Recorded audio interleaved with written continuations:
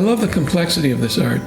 When you watch me doing the Siu Nim Dao form, I know it looks like I'm just moving my arms around, but there are lots of numerous complex mind-body processes that I'm performing. It's just that this is an internal martial art, so you don't see them. Although the Wing Chun passed down from Chu Sheng Tin is an incredibly effective martial art for combat, it's much more than that, and it's the much more that really interests me at my stage in life. This practice is about continually experimenting, researching, exploring to discover the new things about the power of mind-body unity. It's about being a mind-body explorer, discovering what works for each of us, and occasionally finding answers to perplexing mind-body questions for each of us. Complex internal practices like Taigong and Sang, I haven't told you about those, but you will learn them.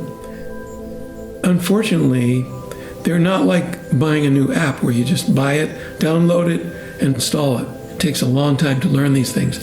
And the complex internal practices lead to the gradual cultivation of the Nim Dao state, and eventually, for those who reach mastery, the cultivation of Nim Lik, which is more of a science-based version of Qi.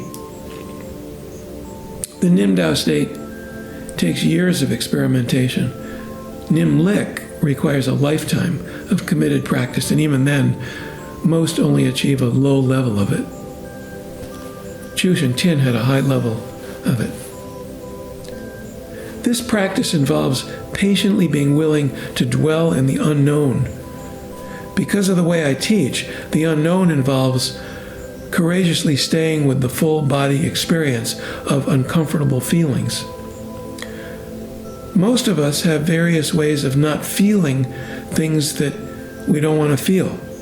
To me, the most courageous warriors, not warriors, but warriors, are those who are willing to go into the scary places in their minds. Many of the people I worked with as a psychologist in mind-body medicine, and who I work with currently in teaching my students in the class, have suffered abuse as young children by their parents or other caregivers. The very people they should have been able to go to in order to feel safe. I'm one of those people. That's probably why my approach to teaching the Chu Sheng Ting lineage of Wing Chun is to provide a safe environment in the class so that my students can learn how to courageously go where they've never been before in their minds.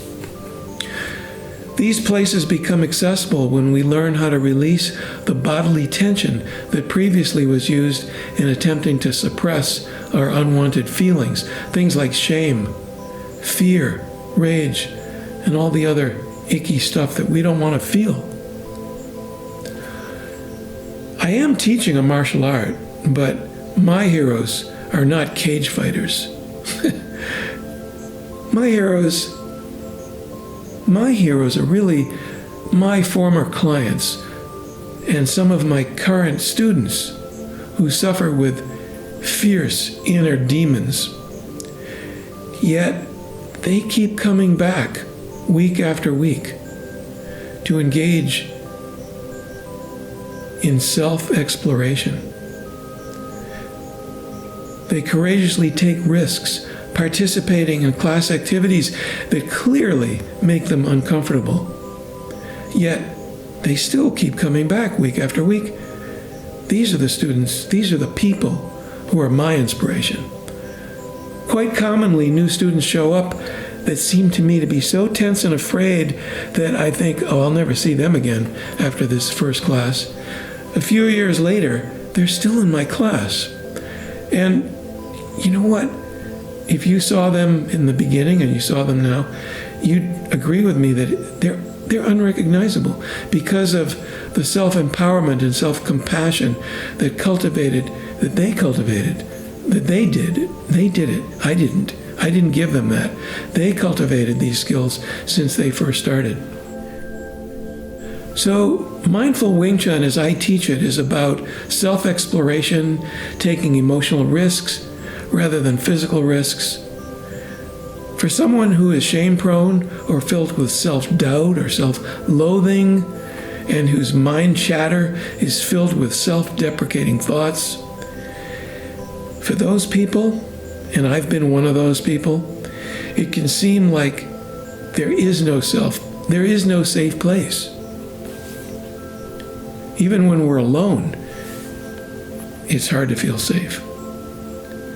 And so, when you're the one continually putting yourself down, there's just no place to go.